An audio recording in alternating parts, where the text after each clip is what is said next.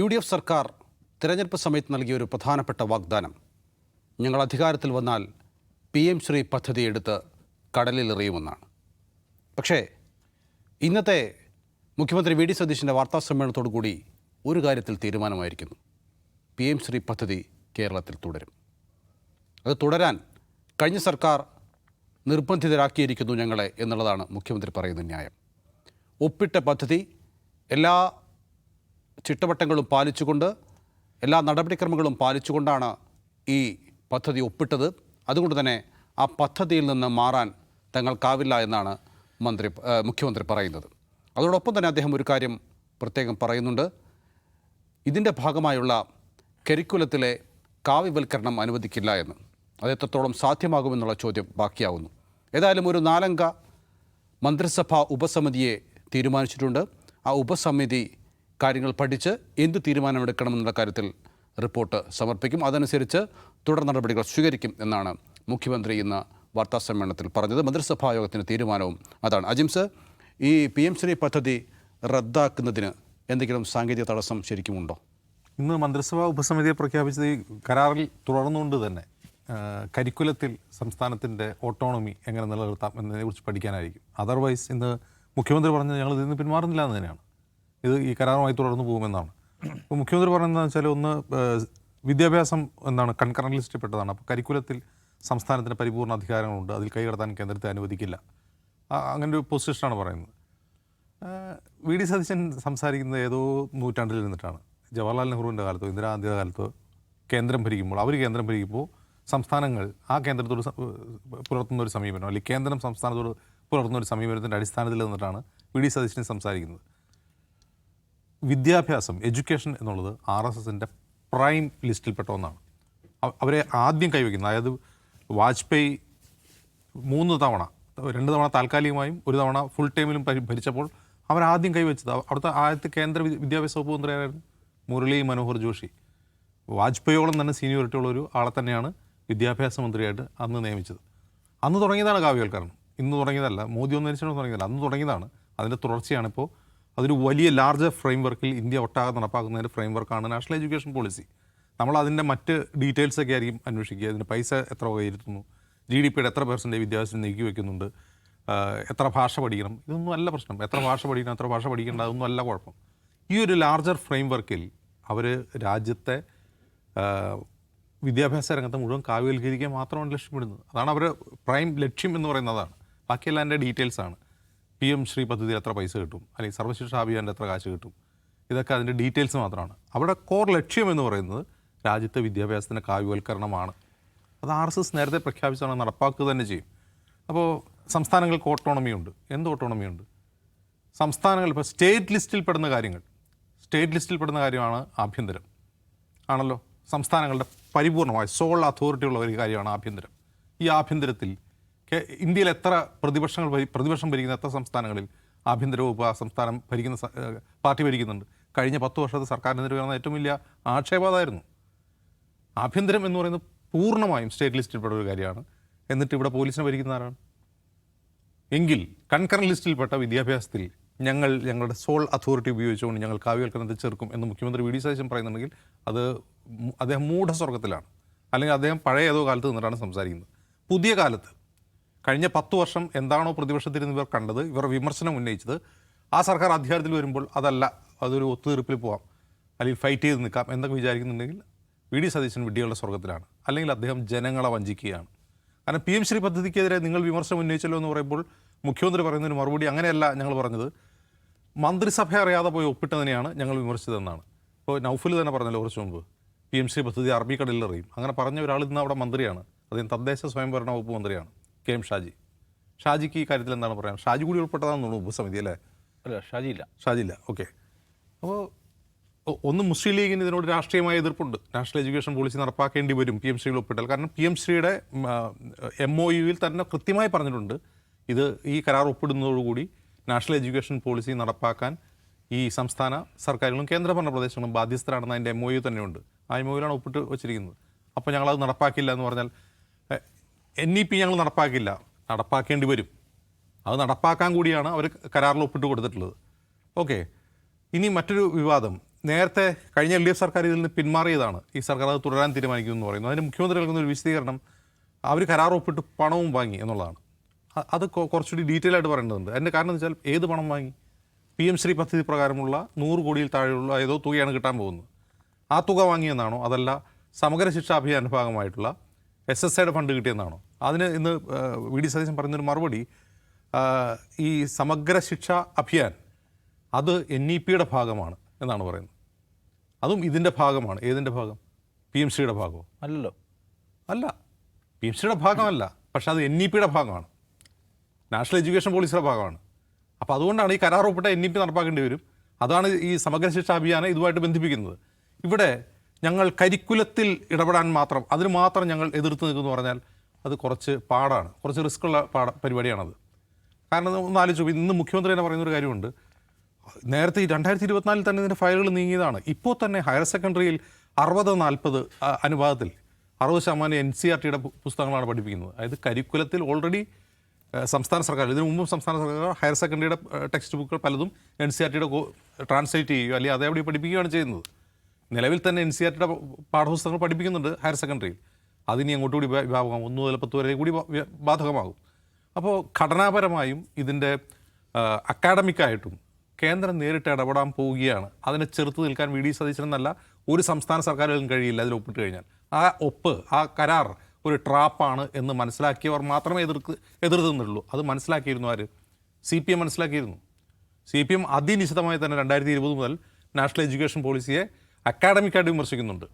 ധാരാളം ലേഖനങ്ങൾ CPMൻ്റെ പ്രസിദ്ധീകരണങ്ങൾ നമുക്ക് കാണാൻ കഴിയും. എന്തിന് വേറെ പറയുന്നു? ഈ PM ശ്രീയുടെ MOUയിൽ ഒപ്പിടുന്നതിൻ്റെ തൊട്ട് തലേന്നാണ് ചിന്താവാരികയിൽ V ശിവൻകുട്ടിയുടെ ലേഖനം, അതിവിശദമായ ലേഖനം, എന്താണ് നാഷണൽ എഡ്യൂക്കേഷൻ പോളിസി എന്നും PM ശ്രീ വഴി എങ്ങനെയാണ് NEP നടപ്പാക്കാൻ ശ്രമിക്കുന്നതെന്നും സംസ്ഥാനങ്ങൾ അധികാരത്തിൽ എങ്ങനെയാണ് കടന്നു കയറുന്നതെന്നും എങ്ങനെയാണ് വിദ്യാഭ്യാസത്തിൻ്റെ കാവ്യവൽക്കരണം നടപ്പാക്കുന്നതെന്നും V ശിവൻകുട്ടി എഴുതിയ ലേഖനം. ഇന്ന് ലേഖനം വരുന്നു, പിറ്റേന്ന് പോയാണ് ഇത് ഒപ്പിടുന്നത്. അപ്പോൾ ശിവൻകുട്ടി അറിഞ്ഞിട്ടാണോ ഒപ്പിട്ടതെന്നും നമുക്കറിയില്ല. പിന്നീട് ഒപ്പിട്ടതാണോ ഒപ്പിട്ടത് പുറത്തു വരുന്നതാണോ?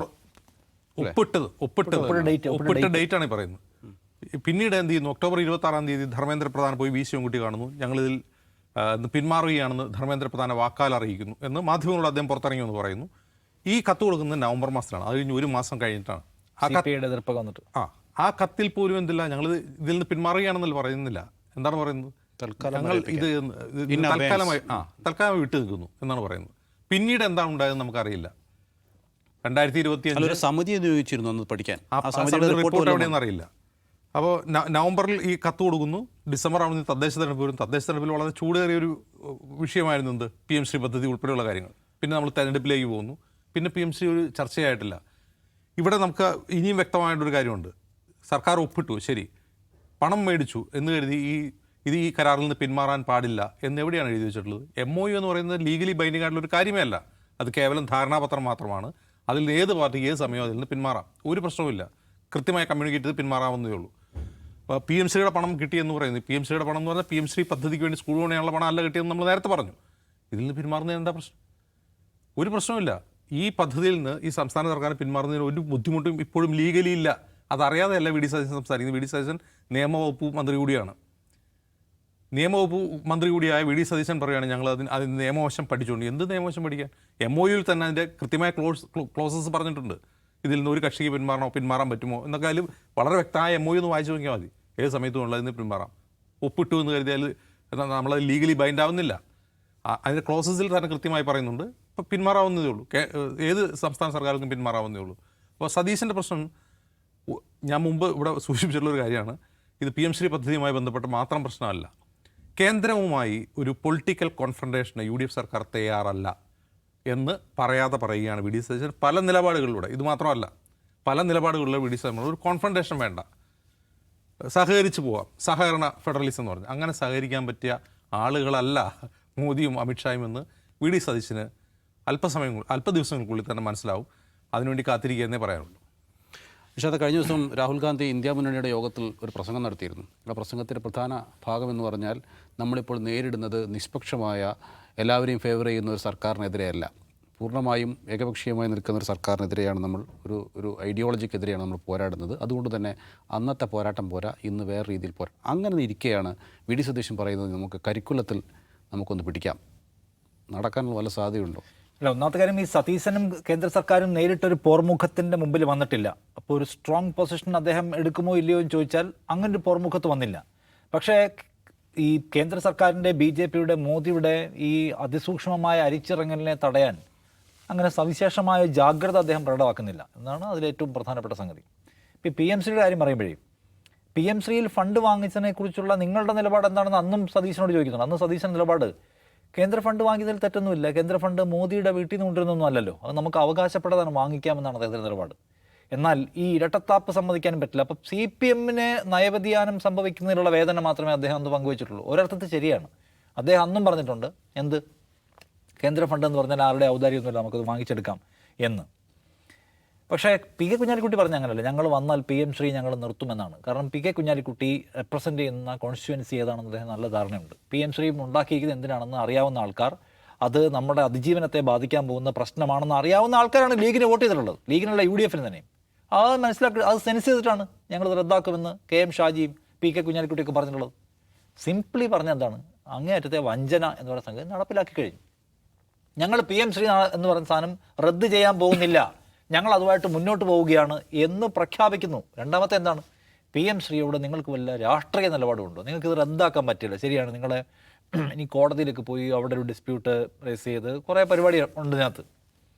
അപ്പോൾ നിങ്ങൾക്കിത് റദ്ദാക്കാൻ പറ്റില്ല എങ്കിൽ നിങ്ങൾക്കിതിനോടുള്ള രാഷ്ട്രീയ നിലപാടെന്താണ്? ഇത് സംഘപരിവാറിൻ്റെ കാവ്യവൽക്കരണ പദ്ധതിയുടെ ഭാഗമാണോ? ഇത് നടപ്പിലാക്കിയ നടപ്പിലാക്കിയാൽ സംസ്ഥാനത്തേക്ക് അവരുടെ കാവ്യവൽക്കരണ പദ്ധതി കടന്നു വരുമോ? അതിനുത്തരവില്ലല്ലോ. അതിന് UDFന് ഉത്തരവില്ല. അതിനെക്കുറിച്ച് ചോദിച്ചാൽ സതീശൻ അതിനെക്കുറിച്ച് മറുപടിയേ പറയില്ല. അവിടെയാണ് ഗുരുതരമായ കുഴപ്പം കിടക്കുന്നത്. ഞാൻ പറഞ്ഞത് നടപ്പിലാക്കാനുള്ള സാങ്കേതിക പ്രശ്നം, കോടതിയിൽ പോകൽ, കഴിഞ്ഞ സർക്കാർ ഒപ്പിട്ടത്, കഴിഞ്ഞ സർക്കാരിൻ്റെ ഇരട്ടത്താപ്പെന്നൊക്കെ അവിടെ നിൽക്കട്ടെ. ഈ PM ശ്രീ പദ്ധതി കാവ്യവൽക്കരണ നയത്തിൻ്റെ ഭാഗമാണോ ശ്രീ VD സതീശൻ ചോദിച്ചാൽ അതെ എന്ന് പറയാൻ ആ മനുഷ്യന് പറ്റുന്നില്ല. അവിടെയാണ് കുഴപ്പം. അവിടെയാണ് ഞാൻ പറഞ്ഞത് കേന്ദ്ര സർക്കാരിനുള്ള പൊളിറ്റിക്കൽ ക്ലാരിറ്റിയുടെ പ്രശ്നം. കഴിഞ്ഞ സർക്കാരിൻ്റെ കാലത്തും നിങ്ങൾ ശ്രദ്ധിച്ചാൽ മനസ്സിലാവും VD സതീശൻ്റെ കോർ എതിരാളി CPM ആയിരുന്നു, ആവണം, കാരണം അയാളെ മറിച്ചിട്ട് അയാളോട് വരാൻ പറ്റുള്ളൂ. പക്ഷേ അങ്ങനെ എതിർക്കുമ്പോൾ തന്നെ കേന്ദ്ര സർക്കാരിനോട് കടുത്ത എതിർപ്പ് സ്വീകരിക്കുകയാണ് ചെയ്യേണ്ടിയിരുന്നത്. അതിൽ അദ്ദേഹം എന്താണ് അത്രയും ഒരു ബാലൻസ് അങ്ങനെ കീപ്പ് ചെയ്തിട്ടില്ല. കേന്ദ്ര സർക്കാർ നമുക്ക് പണം തരുന്നില്ല എന്നുള്ള ഒരു യാഥാർത്ഥ്യമായി അവിടെ നിൽക്കെ അദ്ദേഹം അതിൽ തൊടാൻ തയ്യാറായിട്ടില്ല. അദ്ദേഹം നിങ്ങളുടെ മിസ്മാനേജ്മെൻറ്റും ദൂരത്തുമാണ് കാരണം എന്ന് എപ്പോഴും പറഞ്ഞുകൊണ്ടേയിരുന്നു. അതിൻ്റെ ഒരു തുടർച്ച ഇവിടെ കാണുകയാണ്. അദ്ദേഹം ഞാൻ മനസ്സിലാക്കുന്നത് അദ്ദേഹം പ്ലാൻ ചെയ്യുന്നത് കേന്ദ്ര സർക്കാരിനോട് സംസാരിച്ച് ഒരു ധാരണയിൽ പോയി പരമാവധി പൈസയൊക്കെ വാങ്ങിച്ച് ഒരു ഹെൽത്തി റിലേഷൻഷിപ്പിൽ പോകാം എന്ന് അദ്ദേഹം ഉദ്ദേശിക്കുന്നു. അദ്ദേഹം സംഘപരിവാറുമായി രാഷ്ട്രീയ ധാരണ എത്തിയെന്ന് ഞാൻ പറയില്ല, അതിലേക്കൊന്നും എത്തിയിട്ടില്ല. നമുക്കൊരു ധാരണയിൽ പോകാം എന്ന് വിചാരിക്കുന്നു. ആ അങ്ങനെ ധാരണയിൽ പോകാമെന്ന സൗകര്യ വിചാരം പക്ഷേ കേരളത്തിന് അപകടമാണ്.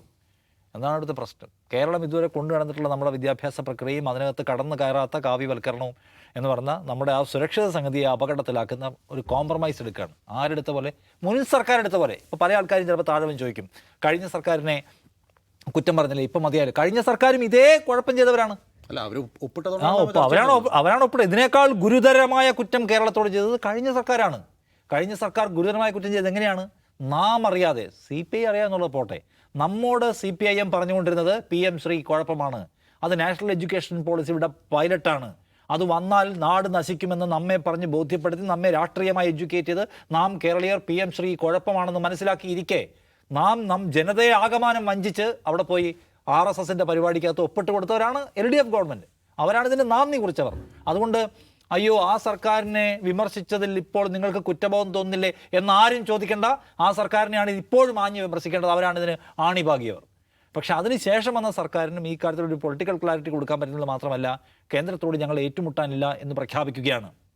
കേന്ദ്രം നിങ്ങൾക്ക് എന്ത് ഇളവ് തരുന്നുവോ, നിങ്ങളോട് എന്ത് സഹായം ചെയ്തു തരുന്നുവോ അതിനെല്ലാം അതിനപ്പുറത്തെ ലക്ഷ്യം അവർ കണ്ടിട്ടുണ്ടാവും. സോ ആ അപകടത്തിലേക്ക് കേരളത്തിലേക്ക് കൊണ്ടുപോകുന്നതിൻ്റെ ആദ്യ സൂചനകൾ പ്രകടമാക്കുന്നു ഈ സർക്കാർ എന്ന് വിമർശിക്കാനുള്ള സമയമായിട്ടുണ്ടെന്ന് എനിക്ക് തോന്നുന്നു. ഇതിലെൻ്റെ ചോദ്യം മുസ്ലിം ലീഗിനോടാണ്. നിങ്ങൾ എവിടെയാണ്? PK കുഞ്ഞാലിക്കുട്ടി എവിടെയാണ്? സാദിഖ് അലി ശിഹാബ് തങ്ങൾ എവിടെയാണ്? KM ഷാജി എവിടെയാണ്? അതിനകത്തുള്ള മറ്റു മന്ത്രിമാരൊക്കെ എവിടെയാണ്? നിങ്ങൾ പറഞ്ഞുകൊണ്ടിരുന്ന വർത്തമാനത്തിന് അപ്പുറമാണ് UDF സർക്കാർ ഇപ്പോൾ പോയിക്കൊണ്ടിരിക്കുന്നത്, VD സതീശൻ പോയിക്കൊണ്ടിരിക്കുന്നത്.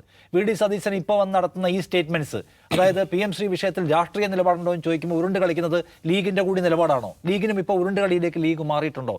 ലീഗിന് എന്താണ് ഈ കാര്യത്തിൽ സർക്കാരിനെ തിരുത്താൻ എന്തെങ്കിലും ഉദ്ദേശമുണ്ടോ? ലീഗ് എന്ന് പറഞ്ഞ പാർട്ടിക്ക് ശബ്ദം വല്ലതുകൊണ്ട് കേൾക്കാനുണ്ടെങ്കിൽ അത് പറയട്ടെ. അതിന് സംസ്ഥാന അധ്യക്ഷനും വേറെ പാർട്ടി മെക്കാനിസം ഒക്കെ ഉണ്ടല്ലോ. PM ശ്രീയിൽ നിലപാട് എന്താണെന്ന് പറയാനുള്ള ബാധ്യത ലീഗിനുണ്ട്. ലീഗിൻ്റെ വലിയ തീപ്പൊരി MLA മാർ കുറേ പേരുണ്ടല്ലോ, അവർക്ക് പറയാനുള്ള ബാധ്യതയുണ്ട്. അതിന് MSFന് പറയാനുള്ള ബാധ്യതയുണ്ട്. അല്ലാതെ ഈ ഉരുണ്ടുകളി കളിച്ചാൽ ഒന്നാമത്തെ അധ്യായം എന്ന് പറയുന്ന സംഗതി, നിങ്ങൾ ബസ്സിൽ സ്ത്രീകളെ സൗജന്യമായി കയറ്റുന്നുണ്ട്, നിങ്ങൾ ഏതൊക്കെയോ തരത്തിലുള്ള ഉമ്മൻചാണ്ടി പദ്ധതിയൊക്കെ കൊണ്ടുവരാൻ പോകുന്നു. പക്ഷേ രാഷ്ട്രീയം, ഞാൻ നേരത്തെ പറഞ്ഞു, പൊളിറ്റിക്കലി നിങ്ങൾ എന്തുമാത്രം കറക്റ്റായിരിക്കണം. കഴിഞ്ഞ ദിവസം തോമസ് ഐസക്ക് പറയുന്നുണ്ട്, നല്ല ഭരണം കാഴ്ചവെച്ചാൽ മാത്രം പോരാ, പൊളിറ്റിക്കലി കറക്റ്റായിരിക്കണം. പൊളിറ്റിക്കലി കറക്റ്റായിട്ടല്ല ഈ സർക്കാരിൻ്റെ സ്റ്റാർട്ടിങ് എന്ന പ്രശ്നമുണ്ട്. അത് തിരുത്താനോ ക്ലാരിറ്റി വരുത്താനോ വല്ല ഉദ്ദേശം ഉണ്ടെങ്കിൽ ഇപ്പം കാണിക്കുന്ന ഞാൻ പറയാം. യെസ്, പറഞ്ഞ പോലെ ലീഗിൻ്റെ കാര്യമാണ് പ്രധാനം. കാരണം PM ശ്രീയെ അതിശക്തമായി എതിർത്ത പാർട്ടിയാണ് മുസ്ലിം ലീഗ്. പക്ഷേ അതേ മുസ്ലിം ലീഗിൻ്റെ പാർട്ടിയുടെ മന്ത്രിയാണിപ്പോൾ ഈ പറയുന്ന ഉപസമിതിയുടെ അധ്യക്ഷൻ എന്നതുകൂടി ഓർക്കുക. അതായത് PM ശ്രീ തുടരാനുള്ള തീരുമാനം എടുക്കുന്നുണ്ടെങ്കിൽ ആ തീരുമാനമെടുക്കേണ്ട സമിതിയുടെ അധ്യക്ഷനായി മുസ്ലിം ലീഗിൻ്റെ മന്ത്രി തന്നെ മാറുന്നു എന്നുള്ളതാണ് ഇതിലെ ഒരു എന്താ പറയുക, ഒരു വിധിവൈപരീത്യം, എന്താ പറയുക, വൈരുദ്ധ്യം എന്നാണ് ഞാൻ പറയേണ്ടത്.